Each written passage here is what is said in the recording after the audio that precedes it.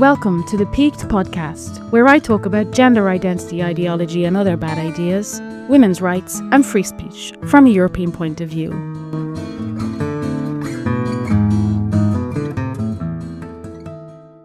Kathy, Sean, how's it going? Good, how are you? Hey, Róisín. Thanks, Sean. Grand. We are recording. We are having a watch party tonight, and the reason we're doing a watch party is because there has been a little development in Irish turf trans land, which is that our VIP Nickerhun, Donald Foy, has not died, which I expected him to do any day now and have a parade in his honor, but instead he's had a little short film made about his life. And this bothered me because Donald Foy has been lionized as this civil rights hero, and I don't think that's really the full story. For years and years and years now, Irish people have been bombarded with the story of Donald Foy. They call him Lydia Foy. That's what he changed his name to. And he's an old man now, but there was a time when he was a young man. He was the run-of-the-mill transvestite crossdresser, and he was sort of taken up by the free legal aid service in Ireland back in the 90s because he wanted to change his legal sex. And we're going to get into that story, but essentially it's not even about why I'm so infuriated or why I was so wound up by this new short film that's been made about Donald Foy is not necessarily just this one particular transvestite. It's about the way his story has been treated by the media since forever. This story is very much a media story that was sort of created by the NGO sector in Ireland in order to advance this legal gender recognition, which we eventually got. So we're going to try as best we can to tell the real story of Lydia Foy, Donald Foy. And we're going to start by just watching the film that was made. Now, this film was released like last week or 2 weeks ago or something. It was made by an Irish production company and it was paid for by Irish taxpayer money. You'll be absolutely shocked to learn. So it was Fee Sharon or someone who paid for it in a collaboration with Virgin Media. So we're going to watch it. It's only 12 minutes long, but I did see on its IMDb page that this seems to be a pilot. So it says it's a pilot. So if I understand film nerd words correctly, that means that like the idea would be eventually to turn it into a multi-part series. Is that what that means? Yeah, that is what it means. But I mean, if it starts and ends, they might go on to a different character who's, make a lot of propaganda about them. Whole By the thing way, is like called Lydia though. it could be just like American Horror Story. They give it a name for season 1, then season 2 would have a different name. It might work that way as a pilot. And you don't know, Róisín, I wonder could it be that, because I think from seeing it briefly, the film starts in 2007 when he actually won his case. Whether they intend to go back maybe, because it's fairly late in the day when they start off with the film, so whether they intend to go back and maybe do a showing of the retcon childhood, everything, who knows? Well, that would be funny because as we're going to see when I put it on, it is one very small snapshot of the Donald Foy story. And I was thinking when I saw it first, this is funny that they're not telling his story as a young person or whatever, because it's all just so incriminating. And when I say incriminating, I don't mean It's what not do I this mean? illusion that he's some little civil rights warrior. Yeah, I mean, in all likelihood, he's got a bit of the autogynephilia. He's a sexually aroused, fetishistic crossdresser, or at least that's how his journey, his gender journey, as they call it, started out. And that's the part that's always hidden. And that's the bit we never ever talk about. And when I say, and so I mean, my whole goal in basically everything I do is I just want people to know that's the root of what these men are up to. And so to see it turned into a civil rights story is just really annoying. And so when I say, like, of course, they're not going to show his gender journey from his early years because they would have to really retcon it because he started off trying on his wife's clothes, as they all do. So anyway, think whatever you want about cross-dressers, transvestites, whatever. It's just to juxtapose this slot, whatever it is, with what is the much more likely trajectory of Donald Foy's early years. So I'm just going to stick on, and then we can talk about the court cases that led up to it. So let's go. Dr. Lydia Foy and for legal counsel have... That's what I told you. Yeah. And this isn't the first time Dr. Foy has faced the High Court. Their initial appeal was denied 5 years ago by the same justice who presides over the verdict here this morning.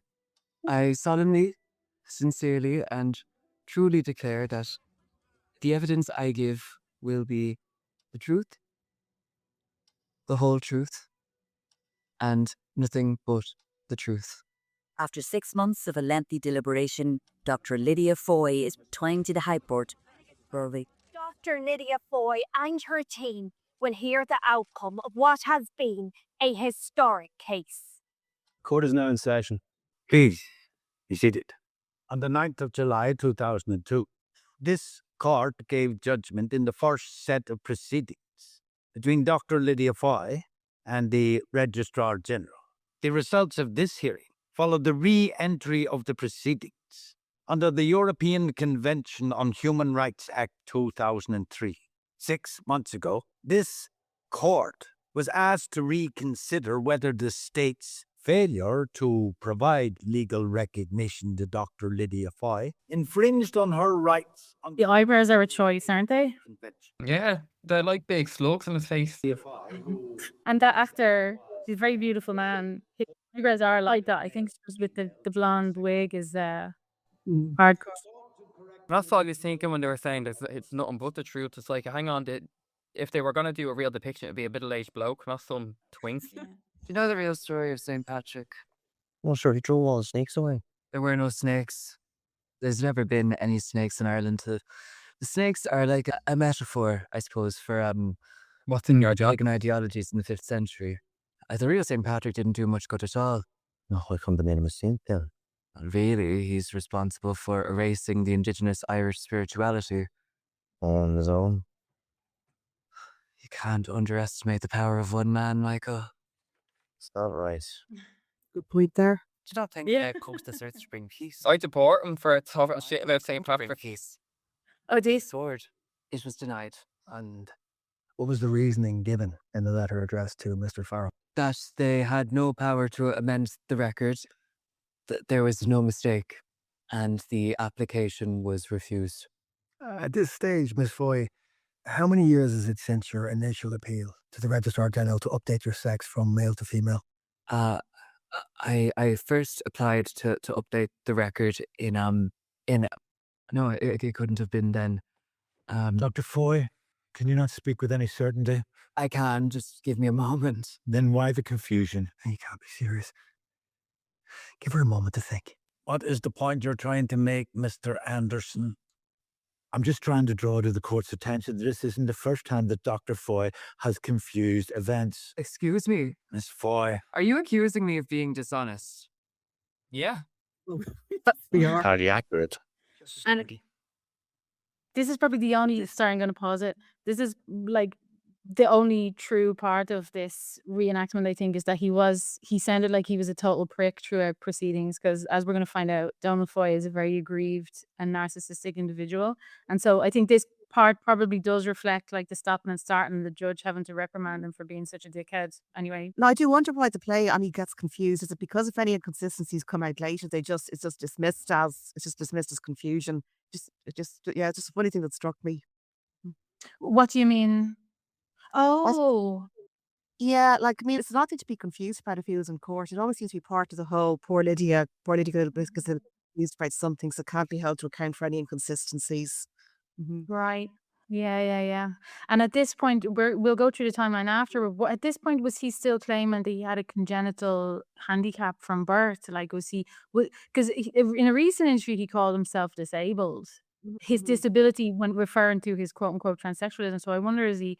I don't know. Yeah, it'd be really interesting to know if they've actually made 10 of these and they're just trying to, this is just the one that they're trying to sell and it links into the rest of the story. Yeah. Anyway, okay, let's keep going. It is years since Miss Foy first attempted to amend her birth certificate and was refused.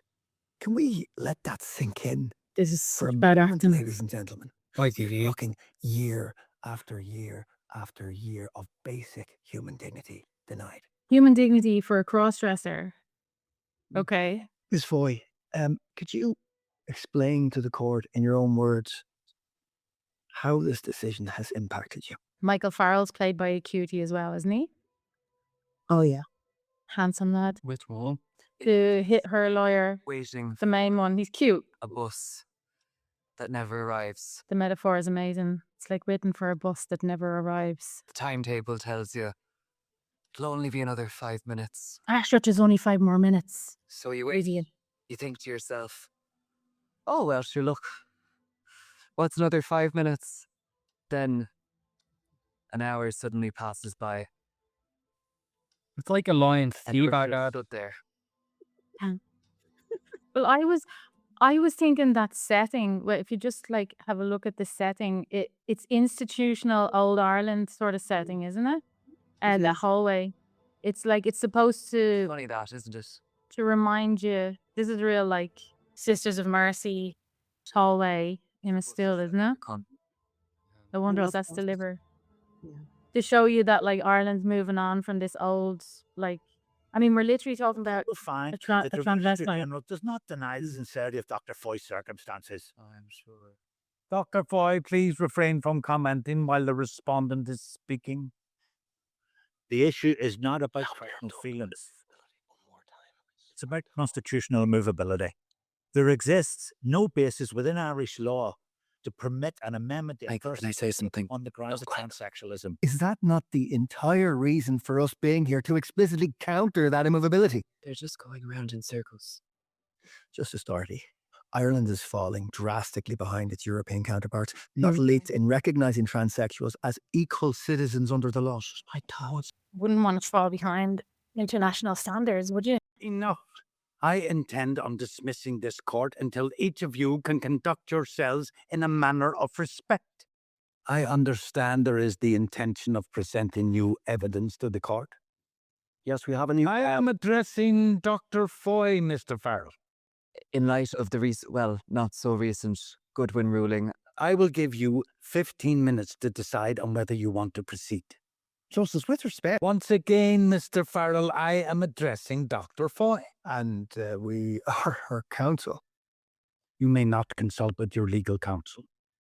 I am reminding you that you are under oath. The choice is yours alone to make. Court dismissed. Michael, what's happening? Michael. Would you mind making your way to the gallery for me, please? Michael. Sir, please. Thank you. Michael, what's happening? Ah, God. Dr. Foy? Dr. Foy, would you like to come with me, please? Hang on. It's okay. This way. Dr. Foy? God, it's clever. Restart Róisín. I find it hard to believe that a situation like that would have happened in court, where a judge is telling somebody that they can't talk to their counsel. It seems very bizarre. Mm-hmm. Is that Judge McKechnie? Is that him? I think it was, but it was referred as Islamic-y, I thought. Oh, yeah. Okay, so maybe not. We'll go into who those people are in a minute. Yeah, it's very much, this very short film is very much designed to make you feel sorry for this poor individual. It's all there, isn't it? The emotion, it's very emotional. Ribbon on the glasses and all. I mean, the filmmaker is obviously very talented. I think. I mean, I don't know anything about film actually, but it's well made and well acted. He's a great actor, this lad, who actually pretends to be a woman in real life. He's a man who pretends to be a woman, pretending to be a man, pretending to be a woman. True and squared. His name is Lilius, which is a very common true name, no? I think The that you have actors. to, yeah, I did look him up. It looks like it was probably Liam originally or something. And we agree, Sean, he's a gay lad. No, he's not an AGP. Do we think? The actor, I'd say, is gay, yeah, but Lydia Foy wasn't. He's a straight middle-aged bloke in this scenario, so it's so manipulative. What age was he supposed to be actually in 2007? He was 60. 60 in 2007. And they've got this fella in his 20s, like, oh, it's a bleeding joke, like. And you have a look at Michael Farrell, was about the same age. You look at it, because there is actually a picture of Foy and Farrell leaving the court. When you look at that versus the actors, it's I quite- have that photo. I'll put it in the article that goes out with this. Yeah, I mean, artistic license, whatever. But it's funny because when I first discovered what all this trans stuff was about, I found it funny that Orange is the New Black. They had the famous Laverne Cox, who was the trans woman in the prison. When they told his backstory, he was married to a woman. So his backstory had the AGP backstory, but he was an actual effeminate gay man. Mhm. And it was funny because, yeah, and now you have Lydia Foy is being played by a twink. And he was he was a straight, I'd say quite autistic, classic AGP type. Anyway. Everyone, as a member of Irish society, has the right to human dignity. This is insane. This is an insane thing to say in the context. Subject to only the most minimal of state interference. No, state interference, and they'll lock you up for saying that and about it. Like, Yeah. Continued absence of legislative action to amend a person's gender. my God, the injustice of it. Gender has been legally reassigned. Jesus, what does that even mean? Constitutes a breach of Article 8 of the European Court on Human Rights. And just to hammer this point home again and again and again, even though it gets made all the time on social media, the breach of the Convention on Human Rights, the breach is the right to private life. So the argument was it's a breach of someone's right to privacy to make them have on their legal documents the sex that they are, just so we're all clear. And that's the grounds upon which all these cases were won, was privacy grounds. So that's why it's being repeated here, as if you can't tell by looking at Donald Foy what sex he is. As if every time he has to show his documents, he's going to be outed. And that's against his private life. It's all insane. Anyway. It is, especially given his, like he had a passport and a driving license. It was only his birth cert. And he's the only person I've ever heard of who's required to produce his birth cert twice as an adult for courses, apparently. Never happened, we can assume. Because, I mean, like, I had to show my birth cert in Belgium for maybe registering my kid's birth or something. I don't know, but I lived in Ireland up until I was nearly 30, and you used your passport for anything. I don't know. He had 2 passports. Okay, let's get to the end. We've got a minute left. A minute and a half. A declaration of incompatibility is hereby issued. The court rules in favour of Dr. Lydia Foy. Doctor had bollocks. That's what he was. Doctored appearance. Yeah. Okay, shortly after the court ruled in favour of Dr. Lydia Foy, the Irish state appealed the decision. This escalated the case to the Supreme Court. Then 3 years. So the Irish state fought it for 3 years, and then they dropped it. And then a whole new can of worms came up to start after that. Followed to saying, the Irish state introduced the Gender Recognition Act 2015, blah, blah, blah. Happy ever after. 22 years after Lydia's fight began. Okay, well, let's talk about Lydia's fight. Oh, there he is. That's how he looked when he was in court. That's what he looked like back then, yeah.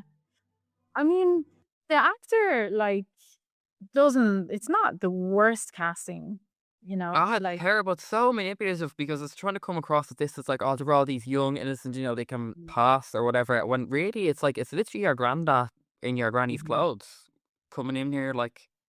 Yeah.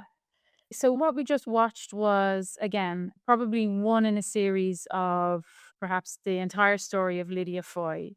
The bit that we saw, though, was concentrated on the court case that sort of was only one of the steps involved in him getting his own birth cert, but also in Ireland eventually adopting a legal gender recognition law that was one of the most advanced in the world. So Lydia Foy himself wasn't involved in the fight for self-ID. He was involved in the fight for something that he wanted for himself. He didn't care about anyone else.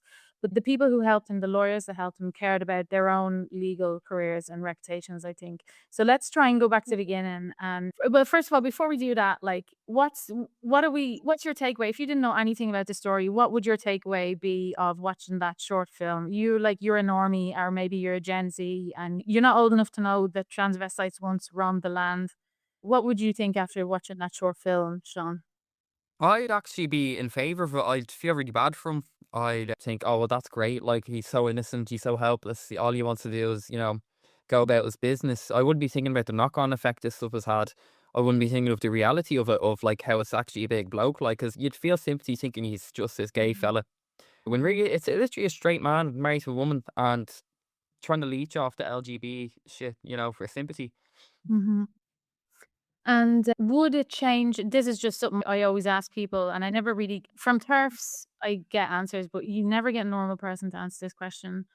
There was part of Lydia Foy's struggle, let's call it, his camp, to convince the courts that he wasn't a sexual deviant, meaning there was no sexual aspect involved in it. When probably there was. Would it change if you were a normal person, you were watching that and you felt sorry for him and you knew that it was like he was sexually motivated or sexually aroused by the idea of himself a woman? Would that make any difference to you? Yes. Well, knowing what I know, yeah, but I mean, if I didn't know what I knew, I probably wouldn't understand that at all. I'd be like, oh, well, sure, what difference does it make, you know? That's the question I always have for people. It's very hard to get anyone to answer it though. It's just And it's where that sexual deviation, where that leads to, you know, because we see it all the time, we see how common it is and how it, you know, that leads to people, you know, taking their dicks out in the women's changing room, things like that. But if you're just thinking, oh, this is just some fella, yeah, he's, you know, attracted to himself, you're not going to think of it in that kind of sense, if you know what I mean. so I always wonder that, yeah, if people knew the story of Lydia Foy and say, well, no, there's this thing called autogynephilia, and I've no doubt he was very distressed by it. Like, I'm very charitable in that way. I understand that it's a very blessing thing that these men have, but that's why he, quote unquote, transitioned. So let's go a little bit backwards. Who is this person? Maybe, Catherine, you could tell us a little bit about who Lydia Foy is, how it all started. Great, sure. A lot of this is known, but just to recap, actually, because it can be very easy to get lost in the Foy story.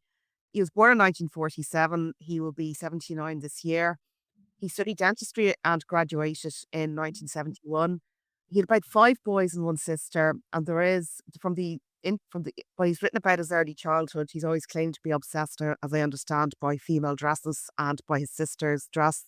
He found his communion pretty distressful because he couldn't wear a dress. He got married in 1977 to a woman, and either shortly or before the marriage, he told his wife he liked female clothing. And while he didn't tell her this at the time, he subsequently admitted in an interview that when his wife was pregnant, they had 2 children, first born in 1978, the second in 1980. Donald would sneak into her wardrobe and put on her maternity dresses. Any evidence that, again, just coming back to these two main types, this sort of, there's gay lads who, especially back then, would have maybe wanted to, quote unquote, live as women because it was easier, maybe, or was more acceptable, or it wasn't as easy to be openly gay man. And so, like, back then, the true transsexual was actually considered a very gender non-conforming boy who pursued conformed. What's the word? Persisted through until adulthood. Voila. And then there's the rest of the guys who were known to be sexually aroused cross-dressers, and those guys were excluded from being considered real transsexuals. And so a lot of these men would have made up these sort of retrofitted their childhoods to say that they were gender non-conforming boys. Is there evidence that Lydia Foy was one of those? He I think he claims he was an effeminate child. And then from an early stage, I think he said he used to use a towel to pretend it was a skirt. There's reference to being fascinated by some blue velvet dress, I believe. Oh yeah, that's him, yeah. And he did say he got teased for being gay in school. He described himself as effeminate. It's hard to know. I mean, and I don't want to jump the gun, but when his wife gives evidence in 2002, it's fairly clear he was a very standard male for all intents and purposes. That they had a sex life, he fathered kids. There was no evidence on the outside that he was anything but a male. And I think that, I don't know what you think, Sean, but like, I've been looking a lot into like the link between autism and autogynephilia. And autism is really like self-direct. It's self-directed, which means auto is the prefix. And the same with autogynephilia. These men sort of are in relationships with themselves, and they have a lot of these interests that are sort of, what I'm trying to say is, he has a lot of the same traits that I see in a lot of the autistic guys who are autogynephilic today, except that he was born in 1947. And so his interests, there were no video games. So he has these he's like hobbies and interests. And he's very sort of, he'll never talk about other people. He talks about himself. He talks about his own hobbies. He's very like, back then he would have been diagnosed as some form of autistic, which is just really sort of a common thread in autogynephilic males, if you know much about this subject. So he's really obsessed with like plants and botany and like creating different breeds or species of plants and stuff. And he ended up growing like the world's tallest foxglove.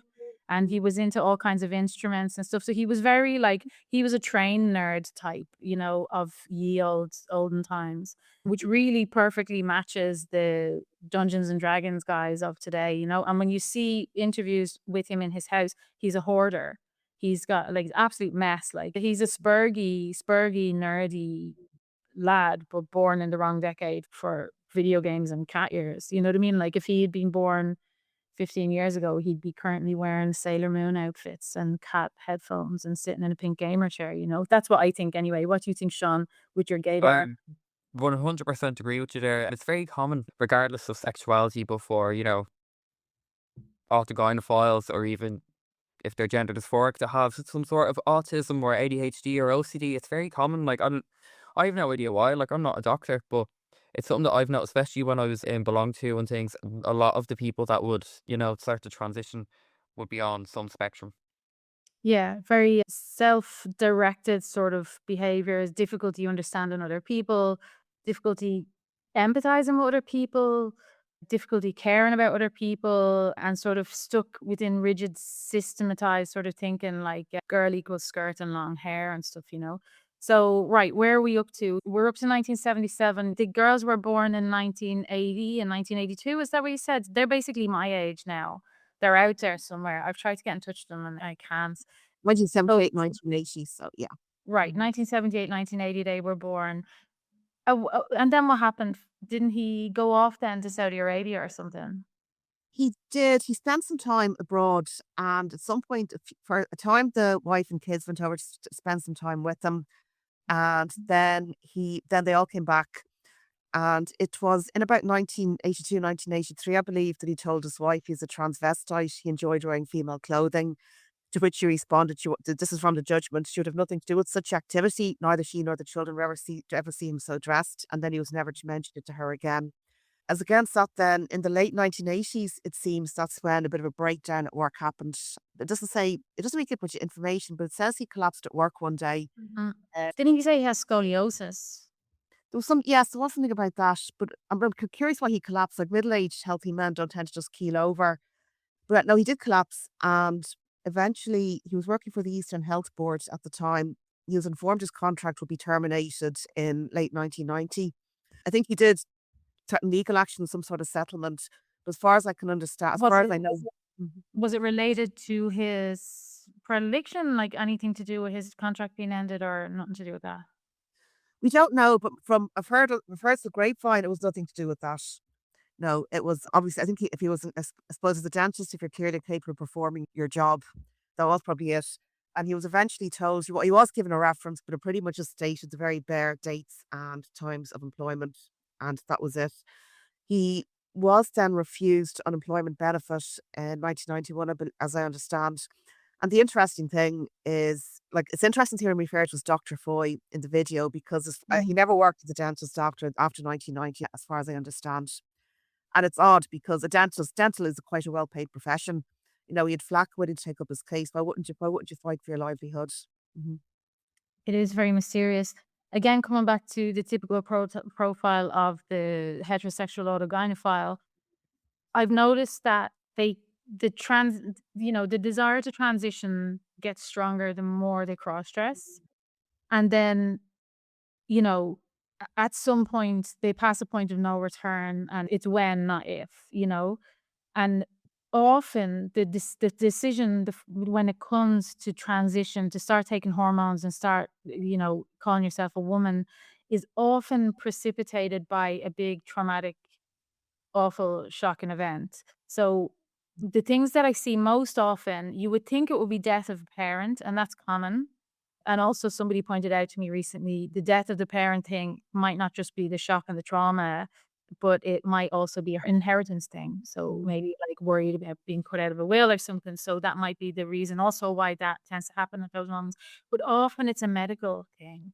So I've seen so many stories. I'm in a lot of these groups and I see so many stories where they got into car accidents, fell off a motorbike, fell off a ladder, broke their leg. One of them was colitis. Was it Claire Farrell that one of the Irish ones got a bad? Oh no, it was the Women's Institute guy. You know, the guy sneaking around behind a tree. I don't, maybe you're not online enough to know about that guy, but the Woman's Own or one of these women's magazines, like about a decade ago, put this guy on the cover, and he's like he's peeking from behind a tree, and he just looks so creepy. His was a colitis, and so Lydia Foy's was like I'm pretty sure he has scoliosis. And again, that just sort of adds this sort of like little bit wimpy, weak-ish, scrawny, nerdy, sensitive guy who's into music, fairly spurgy. He did have problems with his posture and stuff, so I wouldn't be surprised if he did keel over and have some sort of a thing where he woke up in hospital and said it's now or never. This is what I've seen over and over again. They get in hospital and they say they had a brush with death and they say it's either now or never. So There's that's there's another well-known Irish person. His wife died when she was quite young. They had two small daughters. She had breast cancer, but apparently his wife told him on her death's bed that her dearest wish was for her husband to live his true life and become a woman. I know. a likely story. Which one was that? I said Liam, Linda. There's an interview about it. Linda Sheridan. Oh, him. Oh, he's weirdo. He's everywhere. He's at every march and an event and everything. God, he's so odd. Yeah. Then there's also the other. Yeah. Oh, sorry, I was just gonna say, I could just imagine him waking up after getting his spine straightened up and then being like, oh, gives a pair of knickers. Like, he's just mental. Or, it could also be that like when he collapsed and then they got into hospital and they cut his trousers open, they found the knickers on him and he said, right, I've been outed. There's these things also have been known to happen. And then it's sort of just, yeah, who knows? But they're just so predictable, these stories. Yeah, it's like Monica Helms, your man who designed the trans flag. He was, I think, in his autobiography or something, he was writing that for years, like from the age of 12, he was robbing his mother's knickers and wearing them, and eventually got caught by his wife, like years and years later, and that's when he was like, right, Yeah. I'm a woman. And Lydia Foy brings up often the communion dress story. And that to me, that's supposed to be the retrofitting I was always a non-conforming boy story. But what I've noticed with these other gynephiles is the reason why I call it fetishistic as opposed to just paraphilic is because fetish, it refers to like obsession with particular objects or fabrics or particular types of things, and he seemed really obsessed with those, like that. The communion dresses really are something that he seemed to be obsessed with. And I find that a lot of these men will get fixated on one particular type of material, type of dress, type of pose, something like that. And I think with Lydia Foy, that's just more evidence for me that he's not a gynophilic type. But there's another reason why these men tend to tune out, and it is often basically what happened in Lydia Foy's life at around the time that he did tune out, which was his daughters were born and his wife was pregnant. So you were saying that he used to sneak in to the wardrobe and get his wife's maternity dresses. Do either of you think that if the Irish public knew these kind of details, they would care? Like, is it just me who's like, like that's kind of gross? Like, whatever you're into, but it's just, I suppose, whatever you're into, but I won't be I will lose a lot of sympathy for him. I don't know. It's just me or I think as a single case study, probably not, but if they were to see just how common it is, especially within autogynephilia and how many trans women are actually autogynephiles, I think then they'd care. If there was like even if more they knew. structured studies done. But even if they knew, and so basically why we're here and why we're doing this also is because there are no studies. And so we're just sort of like trying to show sort of what's going on. And then I'm very aware that I sound really mean. I'm like, look at this weird old man and his weird perversion. And I sound like a prude or whatever. But I'm just like, I just want the information out there. I think you're very sympathetic, Róisín. Even the fact about the autism Asperger's, I've never considered that context before, but it's very good points. And while he's retconned his childhood, I've no doubt some of what he says is true. I can imagine he was maybe a bit of a nerdy kid. He probably was picked on and bullied. Definitely. Mm-hmm. And his Yeah, dad that was was just got your basic, incel type, or manosphere type. Like they all have the same kind of upbringing in that sense, where they're all a bit nerdy. The girls didn't like them, they like their trains, whatever, and they just kind of diverted into two ways. Like this is the same enemy that young liberal socialist feminists can't stand. Like they hate men, white straight men, and it's like, oh, but once he puts on a dress, he's like suddenly that enemy is gone. It really is the same profile of people. And that's the thing, like, there's a difference between saying, I hate this man, I want him to die, and saying, right, I feel bad for him, he has this distressful condition, but he's not a woman. That's it. That's all I'm trying to say. Like, I don't have any ill will. I mean, Lydia Foy, it's hard not to have ill will against him because he is particularly narcissistic, but that's a really common thread. I mean, but that's when you look up research papers on men with autism in general and women with autism in general, they do have this reputation of being quite selfish and egotistical, which is not really the same selfishness and egotisticalism as you see in other people, because they have a very difficult time coping with other people. And yeah, it's not like narcissism or anything where you don't care what other people feel. I think it's more of a they struggle to understand how do Yeah. people feel properly. Exactly. But Lydia Foy has no concern for any other human being. Like, that's so clear in every interview, every transcript, everything I've ever read about him. He has no concept of anyone outside himself. And it's just super Bergie. Like, he's extremely self-focused, and to the extent that he has created a sexual and loving romantic relationship with himself, which is what AGPs do. Like, I that's do kind think of Wha well, and part of what really irks me about this, I've no wish to intrude on his family's privacy. He's very much presented as the family are completely swept into the background. People vaguely know that he was married, had kids, doesn't see them because it's the wife's fault, of course. She's horrible. But there's never any focus on what the impact of this did to his family. And it's possible to do that with, it's possible to say, to talk about his family positively and say he is still a father. But it's like they never existed. This poor miserable person from day one is now an adult. So, and I think if people had some concept of the backstory with the wife or children, I think that would certainly go a long way too. Mhm. Yeah, and what's also fascinating about the Lydia Foy story is that it's the same story told over and over again. I mean, all trans stories are the same stories told all over and over again, because you have to plaster over the details because they're too gory, no matter which type of trans person you're talking about. This particular type is very gory. So what you get fed over and over again every year, twice a year, you get the Lydia Foy story regurgitated on a different Irish platform, and it's always the same thing. Look what's on the screen there. Campaigning for rights and protection of transgender people. It's so boring because it's the same thing over and over again. And I wonder, do Irish people say to themselves, I wonder what the deal is with his wife and what happened. So we're up to the point now where his daughters have been born. 1980, his second daughter's been born. They haven't gone to Saudi Arabia yet. He has already told his wife, I'm into wearing frilly knickers on the occasion. She apparently, according to court case later on, felt that it was a reflection of her own femininity, was the way she was able to deal with it, apparently. So how do we know all this, Catherine? How do we have all of this information? What did he do to end up in court?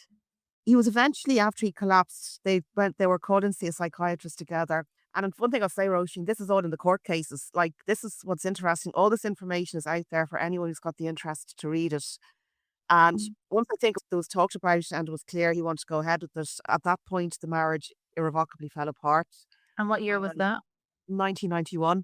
Right. There was an agreement made. A judicial separation was sought.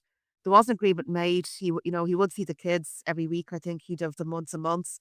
But as part of it, it was said that the children weren't to be told about the gender issues, and he was to appear to the kids dressed as a man. As I understand them, that got breached fairly quickly.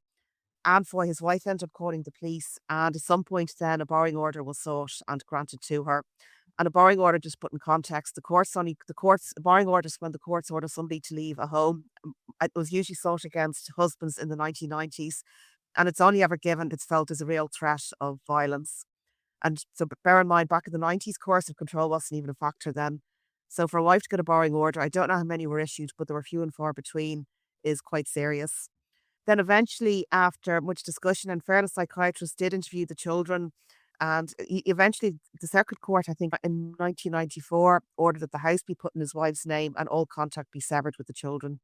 And they own the house together. This is the house in Mullingar or Athy? Where was Mother he? I believe. So during the time in Mullingar and Westmeath, they both owned the house, but then the court ordered that the house be given to her and she be given full custody of the children. Do we know anything about what judge that was? I don't, his family law case is very little known about it. And Right. bear in mind, at the time, during the first judicial separation, an order was made for maintenance. And I believe that was because Foy wasn't working at the time. And before the incident with the borrowing order, at one point he did turn up on the younger daughter's birthday, dressed in a pink skirt with information on gender reassignment material. Gave it to her for her birthday. He gave it to her on her birthday, didn't he? And actually, for some reason, I know what material it was. Do you have that? Was it in the court case? It was like something that came from the UK. Was it from Shaft or like Stephen Whittle? They had like before they had Press for Change, they had some other group in the UK, and I'm pretty sure I remember reading what guide it was. Yeah, it was a guide that was made for young people explaining what transsexualism was, essentially. And he gave it to the daughter despite, having been told, keep this away from your daughters. Now, being very charitable, it's very possible that the judge who issued the barring order, we can leave up the possibility that he or she just really didn't like Cross-dressing. transvestites. Yeah, it's possible. Yeah, that's what I'd be thinking. Like, if I know it's very common for AGPs, especially the ones that were married to women, to be abusive, 100%. But I mean, if you're going in front of a judge and being like, "Oh, I divorced him, I don't want to do with him. He's wearing my clothes." Like, I feel like in Ireland, especially, they'd be like, "Yeah, right, he can't see the kids again." Like, that's just freaky.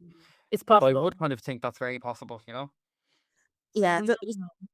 and just to think, I've got the court in front of me. In October 93, barring order was obtained against Dr. Foy in circumstances she now disputes. 20th of May, Circuit Court, in addition to confirming the barring order, also made an order prohibiting any access to the children by Dr. Foy, and in addition directed said doctor the house to be transferred into Mrs. Foy's name.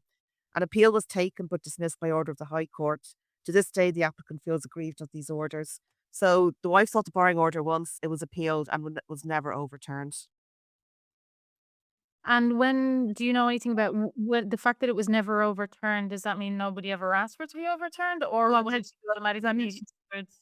No, he did. He did appeal against it, but the Circuit Order upheld the barring order, and the High Court also did too. And was this after he was recognised as a woman? This was in 1994, and he had the irreversible surgery in 1992. The state apparently paid £3,000 towards the surgery. I think he always forgets to mention that when he's giving his list of grievances. Mad. So gays couldn't even get married, and this fella's getting state funding to chop his bollocks off. Yes. Yeah. So a very important part of the story, and I feel the most important part of the story, is how, I suppose, if we wanted to zoom out, put it into context, how his personal story and the personal story of his family sort of intersected with Ireland's desire to enter the 21st century as a modern place with modern laws, and how lawyers sort of saw his case and took it upon themselves to bring Ireland into the modern world by fighting to get him recognized as a transsexual. But that's not quite what Lydia Foy wanted. What Lydia Foy wanted was he wanted revenge. He was aggrieved, as the judge said. And when he went to get free legal help, he went with a list of grievances, and getting recognized as a transsexual, which we were still known as back then, was very low on his list of priorities. Catherine, can you talk us through the timeline of what happened when he went to the free legal advice clinic, if you know it? Okay, he started in 1993. I understand he started writing to the registrar to get his birth cert changed, which realistically was never going to happen. It was in July 1996 that Flack got involved. And well, the court case was heard in 2002. He did at some point go to the European Court. And let me bring up the details here. It was the European Commission of Human Rights First Chamber in 1997. And again, it was pretty much a list of all his grievances. I could go into some more detail. And he lost on them all. It wasn't a judgment on the substantive issue, but in some instances they found he hadn't exhausted the domestic procedures or the domestic law, and also there was a bit of a time limit. So so he didn't succeed in the European Court of Human Rights the first time. But he was represented by Flack. They held him as them. They did represent him, but there's a very interesting excerpt from this judgment in the European Court where it said, dated 1st of February 96, the applicant's solicitors informed the applicant that the application for legal aid, in order to obtain counsel's opinion on the prospects of reopening the proceedings in order to renew access and to have the applicant's equity in the house restored, had been refused on the basis that it would not be in conformity with the purpose and terms of the legal aid scheme to grant it, that the applicant had a matter of law and reasonable grounds for taking, defending, or being a party to proceedings, that the applicant had not made a case for being granted a certificate which is such as to warrant the conclusion that she was reasonably likely to succeed, and that having regard to all the circumstances of the case would not be reasonable to grant legal aid. Sorry, that's a bit of a mouthful. I'm repeating it in full. So basically, Flack refused point blank to get involved with the family access or the home. because he had no chance. So No Black chance. is a free legal advice clinic or center or whatever in Ireland, which was where you went if you were broke and you wanted to take a case. Flack had another operation, which was, maybe I'm going to get these terms wrong, but public interest law. Mm. So essentially, in later interviews, Lydia Foy says, "Oh, Flack turned me down," and he wasn't very happy about them because he went to them saying, "Help me with this stuff," and they were like, "No, you're flutered, like you've no chance." But then they said, stop me if I'm wrong here, Catherine, but then they said, "But hold on, maybe we can do something else for you. There's a chance that maybe we can bring a judicial review of the law that stops you from getting your birth certificate changed." Is that more or less correct? Yeah, that's correct. And just for context, we're in the mid-90s here in Europe, every country of Europe. So the way, for people who aren't from Europe, this is sort of how it works. European countries tend to copy each other. You've got the norm entrepreneurs or the legal entrepreneurs in places like the UK and Germany, but especially in this field, in this context, especially in the Nordic countries. And then we'd all sort of eventually copy each other more or less. Every country in Europe, in the EU, which existed already then, but minus all the countries in the East, every country in Europe except Ireland and the UK had some form of legal gender recognition, which meant that regardless of what hoops you had to jump through in Denmark or Germany or whatever, there was a way to get your gender change, get your legal sex markers changed, and to be accepted for all purposes as the opposite sex that you say that you are. And in the UK and in Ireland, we didn't have any sort of legal way of doing that. It was not possible. The other country in Europe that still didn't have it until late was Malta. And so that's people sort of say, like, Ireland and Malta are among the countries with the most advanced legal gender recognition or the most liberal legal gender recognition systems in the world. And it's because we had nothing for so long.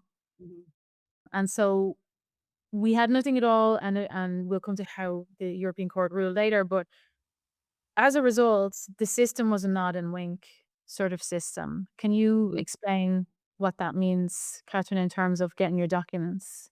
I'm not too sure, Róisín, to be honest. I actually wasn't aware of this part of the history. I know that the UK did bring in the Gender Recognition Act in 2004. It was quite hotly debated, and it's interesting now to look back. So one politician, Norman Tebbit, at the time I would have been quite conservative, made some very good points, all of which have come to pass about the risks of this legislation. But it's also very amusing in the UK. And when they brought in the legislation, they did bring in a rule too that said in the laws of primogeniture, you couldn't actually use gender ID to become the eldest son, as it were. So even back in the early heady days of innocence with the UK, I think they did realise there was a chance that this could be abused. And of course, women were the ones who got stopped benefiting it from anyway. But I'm not usually up to speed with the other European countries, I'll be honest. Well, the other European countries all had some sort of get the chop and we'll do what you want. Ireland and the UK sort of, you could just go into the passport office and you would just get your documents. They would just jimmy away, like there was just ways around it. There were no official channels, but the men who wanted this and the women, I don't know if there were any women who wanted this in Ireland, but there were ways of getting the documents that you wanted, and none of them were formal, and it was all a nod and wink system. So what's interesting about this is the demand for self-ID and the demand for legal gender recognition are two very different things. So legal gender recognition is some sort of recognize me, whatever the hoops I have to jump through. And then self-ID is no conditions. And what's funny about the timeline is that in 2004, when the UK introduced their Gender Recognition Act, it was just before self-ID started to be an activist demand. So they sort of really just dodged a bullet. And because we took a little bit longer, by the time we got around to actually being forced to introduce some kind of legal gender recognition, the demand for self-ID had taken off, and Argentina had already done it. And Argentina had already done it because they got loads of quote-unquote transsexuals, travestis. And also they ran some really good campaigns. They had a lot of good campaigners and stuff. They also have a big HIV problem. It's very different context. But self-ID become a thing and had been introduced in 2012. And the Irish campaigners were like, we're not going to go do the stodgy old UK version that they just introduced. We're going to go for this brand new, shiny, innovative version of legal gender recognition. But up until why I was asking is because we know that Lydia Foy did have documents and facts. Mm-hmm. He did have passports. He had 2 passports with female on them. He had a driver's license with female on it, and it was all done with this nod and wink system. He had library cards with female on it. He had everything. He had all of his documents that he needed with female on them. And so this idea that what we just saw in the film, that he was going to suffer, he suffered so much waiting, like this bus that would never come to have this birth cert.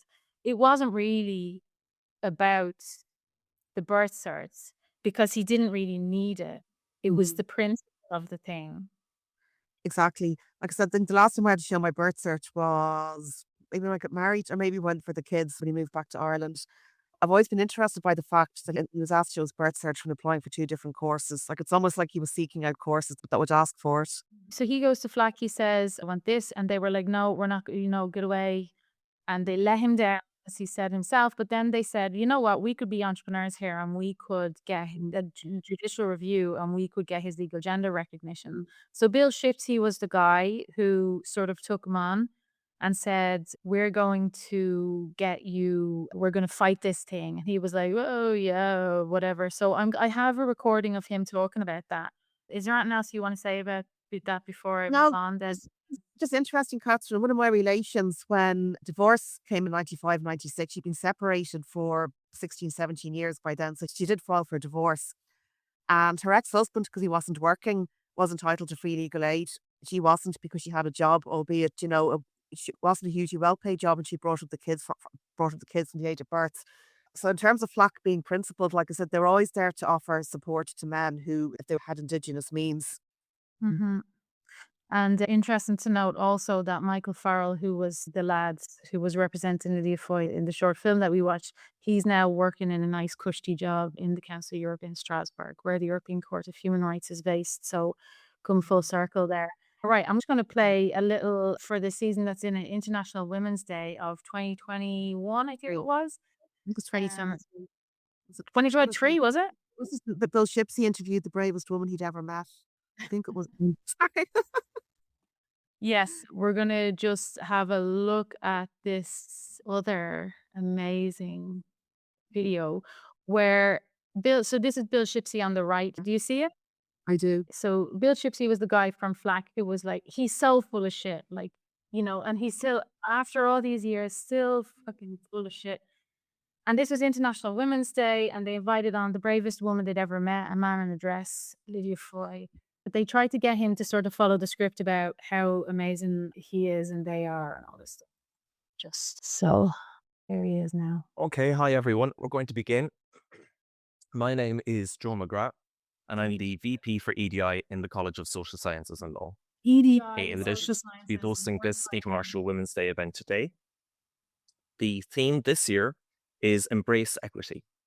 To celebrate this, I'm delighted to be joined by Dr. Lydia Foy, the UCD alumna who led the legal challenges to the law on gender recognition in Ireland.